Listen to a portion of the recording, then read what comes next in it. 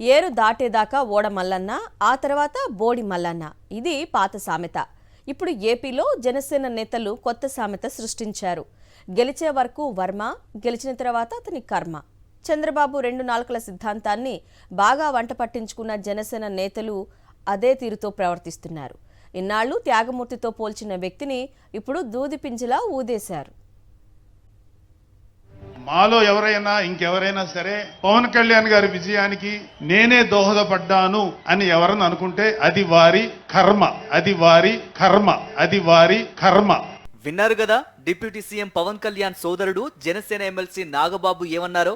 ఇది ఎవరిని ఉద్దేశించి అన్నారో తెలుసుకోవాలని ఉందా? అయితే నాగబాబు మాటలు ఓసారి పూర్తిగా చూద్దాం. ఇక్కడ పిఠాపురంలో పవన్ కళ్యాణ్ గారు అఖండ విజయం సాధించడానికి 2 ఫ్యాక్టర్స్.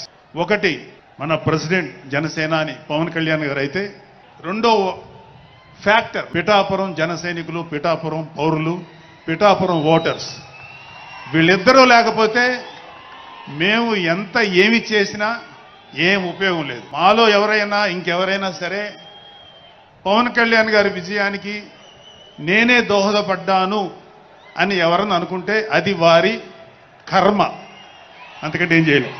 ఇప్పుడు అర్థమైంది అనుకుంటా నాగబాబు ఎవరిని ఉద్దేశించి ఈ మాటలు అన్నారు. ఎస్, మీరు ఊహించింది నిజమే. టీడీపీ మాజీ ఎమ్మెల్యే ఎస్వీఎస్ఎన్ వర్మ గురించే.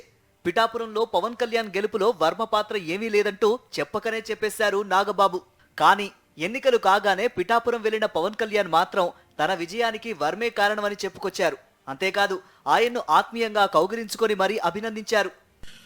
పాపం వెన్నంటే ఉండి పిఠాపురంలో జనసేన గెలుపు కోసం, నా గెలుపు కోసం కృషి చేసిన వర్మ గారికి ప్రత్యేక కృతజ్ఞతలు. వర్మ గారు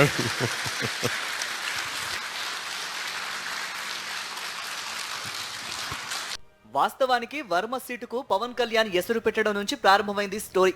పొత్తులో భాగంగా పిఠాపురం సీటు జనసేనకు కేటాయించిన చంద్రబాబు అందుకు బదులుగా వర్మకు ఎమ్మెల్సీ ఇస్తానని హామీ ఇచ్చారు.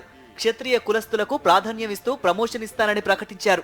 పొత్తు ధర్మంలో వర్మ గారికి ఇబ్బంది ఉంటుంది. నేను అందుకే వారికి ఒక మాట చెప్పాను, మీరు ఎమ్మెల్యేగా రాలేరు కానీ ఆ నియోజకవర్గం తరపున మొదటి విడత లిస్ట్ లో ఎమ్మెల్సీగా వారే ఉంటారు. శాసన మండలికి రావడమే కాకుండా నాకు కూడా కొంత బాధ్యత ఉంది, క్షత్రియులకు న్యాయం చేయాలి.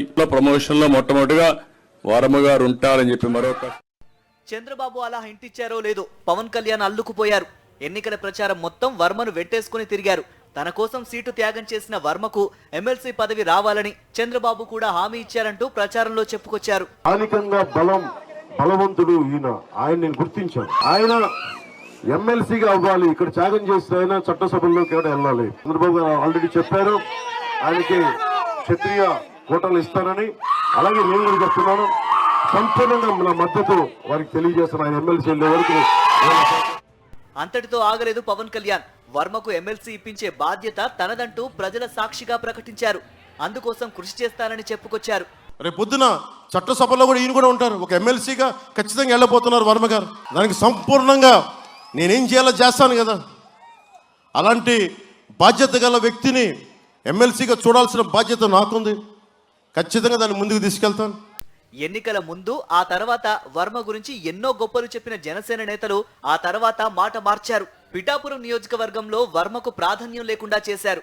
గతేడాది గొల్లప్రోలు మండలంలో టీడీపీ కార్యకర్తలను కలిసి తిరిగి వస్తున్న వర్మ కారుపై జనసేన కార్యకర్తలు రాళ్ల దాడి చేశారు. కార్యకర్తల పుణ్యమా అని వర్మ ఆ అటాక్ నుంచి తప్పించుకున్నారు.